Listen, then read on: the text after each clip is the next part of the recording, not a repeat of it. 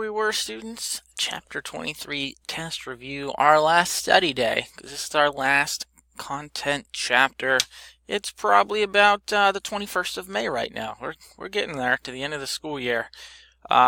We have our normal tools at our disposal.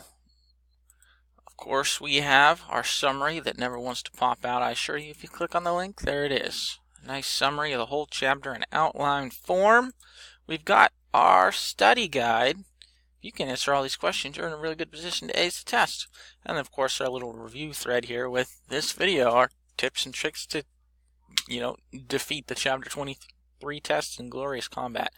And then the test itself. This one, I believe it's 40 points, mostly matching in multiple choice. No essay question on this one. As always, I suggest maybe you reread the chapter real quick on your study day.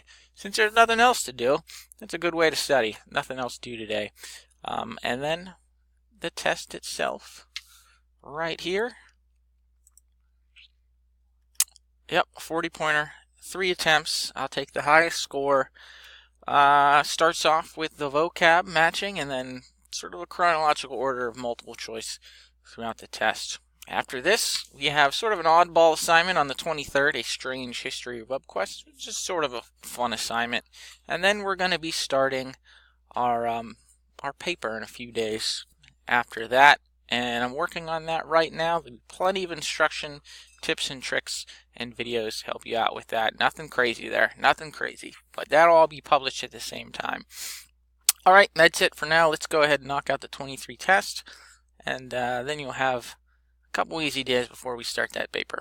Alright, let me know if you need anything.